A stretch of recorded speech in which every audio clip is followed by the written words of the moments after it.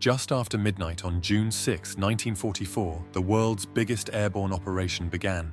Approximately 1,500 planes delivered 25,000 men, who either jumped with parachutes or landed in gliders, aiming to liberate Europe from Nazi occupation. However, before victory could be achieved, many things would go wrong, and it would be paid for in blood. Let's start from the very beginning of Operation Overlord. For the invasion to be successful and for the Allied forces not to be pushed back into the sea by German reinforcements, missions had to be carried out behind enemy lines and the first coastal defences. This task was assigned to the well-prepared and trained Allied airborne units: the United States 82nd and 101st Airborne Divisions and the British 6th Airborne Division. Although the Allied paratroopers and glider-borne infantry were exceptionally ready, for many, this was their first combat experience. Their primary goals were to secure the flanks of the invading force, protect bridges and crossroads to prevent German reinforcements, and to ensure these key points were not destroyed by the Germans, which would have slowed down the advance toward Germany. Additionally, the airborne units had to disrupt communications and create chaos and confusion, taking advantage of the element of surprise to the fullest. Hundreds of dummy paratroopers equipped with explosives and incendiary devices were also dropped in various locations to create complete confusion and mask the real jumps. The first wave of the airborne assault consisted of paratroopers who jumped under the cover of darkness, tasked with the initial capture of key objectives. Each division had its designated drop zones, carefully chosen to be as close as possible to their targets. The British landed with gliders, basically on top of their targets, initially successfully capturing their objectives. However, many things would not go according to plan. Following the paratrooper drops, gliders carrying additional troops and heavy equipment landed. Unlike the paratroopers, glider troops essentially crash-landed into their targets. For those who don't know, gliders don't have engines. They are towed by bomber planes with cables, taking off together and then being released at a certain distance from their targets, silently descending onto their objectives. The gliders were silent and difficult to detect, but they were also fragile and often broke apart on landing. The problem with British gliders on D-Day was that they were overloaded, with weight unevenly distributed, and operated by young and mostly inexperienced crews. However, this did not stop them. The Germans had also shortly before the invasion placed wooden poles and obstacles in the fields for the gliders, and even flooded fields that would have been suitable for landing. This led to significant casualties among the glider-borne infantry who hit the obstacles, and some even drowned in the flooded fields. For the American paratroopers, they were delivered by the C-47 planes, but they also faced their own challenges. Although they began the mission as planned, flying in tight formation in clear weather, just 500 feet above the sea to avoid radar detection, a series of events then happened in rapid succession. The C-47 planes were also overloaded, with shifting centers of gravity. 60% of aircraft lacked navigators, so the pilots had to navigate by themselves when the formations broke up. Because of radio silence to avoid detection, they couldn't be warned about the adverse weather ahead, where a cloud bank obscured the entire western flank. Then, on top of everything, most of the pilots were inexperienced cargo pilots without combat missions, as the majority of experienced pilots were used for crucial bombing missions. When the pilots encountered bad weather and came under anti-aircraft fire, flak, and tracers, they panicked, broke formation, and tried to maneuver, accelerating way above the safe jumping speed of 110 miles per hour and missing the appropriate jumping altitude of 700 feet. Additionally, fog appeared on many landing zones which were poorly marked, leading to chaos during the jumps. Many paratroopers jumped from too low or too high an altitude for their parachutes at significantly higher speeds, resulting in a large number of injuries and deaths.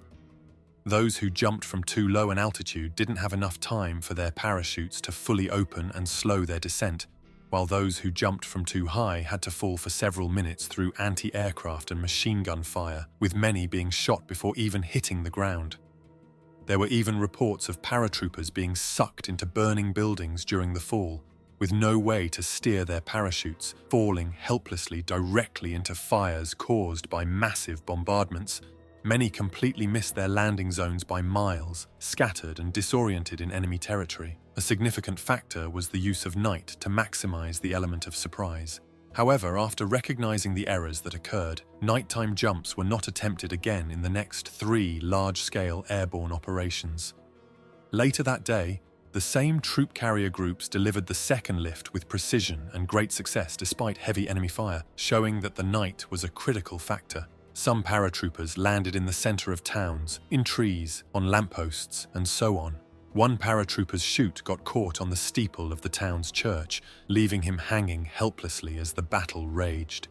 He had to play dead to avoid being shot, and survived. Despite everything, the paratroopers, once on the ground, quickly organized, trying to gather in the larger groups. The Americans had clicker devices made for identifying friendly forces at night. One soldier would press the clicker, creating a distinctive click sound, and the other paratrooper would respond. In this way, they would connect and identify friendly forces without needing to shout code words and reveal their positions. The paratroopers would then try to figure out where they were on the map and move as quickly as possible towards their objectives to accomplish them. They attacked German patrols and positions, disrupting reinforcements as much as they could. On the eastern flank of the invasion, the British 6th Airborne Division had a mission straight out of an action movie. One of their key objectives was Pegasus Bridge across the Caen Canal, which they had to capture and hold to prevent German armoured reinforcements from reaching the beaches. Unlike the American paratroopers, most of the British gliders managed to land with remarkable precision. In the case of Pegasus Bridge, the first 3 gliders basically landed on top of their target one after the other, even destroying barbed wire obstacles during the landing. This was later described as one of the most precise landings in the history of airborne operations. Shocked German soldiers tried to defend the bridge, but were overwhelmed in a few moments, and the bridge was in Allied hands. While the British gliders had a successful landing at Pegasus Bridge, not all glider operations went as smoothly. Gliders were notoriously difficult to land safely. They were essentially heavy, unpowered aircraft that had to be crash-landed in difficult terrain. Many gliders also missed their intended landing zones, crashing into trees, buildings, or even enemy positions. British glider-borne troops had to assault the Merville Battery, a heavily fortified German gun position that threatened the beaches. The gliders carrying troops to this objective faced intense anti-aircraft fire, and many were shot down or crashed upon landing. Despite losses, the surviving troops managed to neutralize the battery, though at a heavy cost. The Allied forces were instructed not to take prisoners in the first 24 hours of the invasion, and they had no means to do so. Allied soldiers later said that they didn't shoot the prisoners, just didn't allow them to become ones. A lot of the German troops on the ground were young, inexperienced, literally kids, who were scared to death by the sudden chaos, bombardment, and invading troops coming from all directions. So the situation was terrifying for everyone on the ground. Those massive preparation bombardments also hit many French towns and villages, causing massive casualties among French civilians. The plan was for paratroopers to hold out for 3 days and then be relieved by regular infantry, but for most, this turned into a month of constant fighting. The biggest fear for airborne units on the ground was German armor. Most paratroopers were lightly armed with rifles, submachine guns, and grenades, with limited ammunition and just a few bazookas and Piats, with most of them lost or damaged during the harsh landings. British forces at Pegasus Bridge waited for German tanks to come to point-blank range, then destroyed the first one with the only Piat they had, luckily scaring the others and forcing them to retreat. As German reinforcements tried to recapture taken positions, the paratroopers had to wait for the tanks come close, try to ambush them in narrow streets, and use grenades or demolition charges to try to disable them.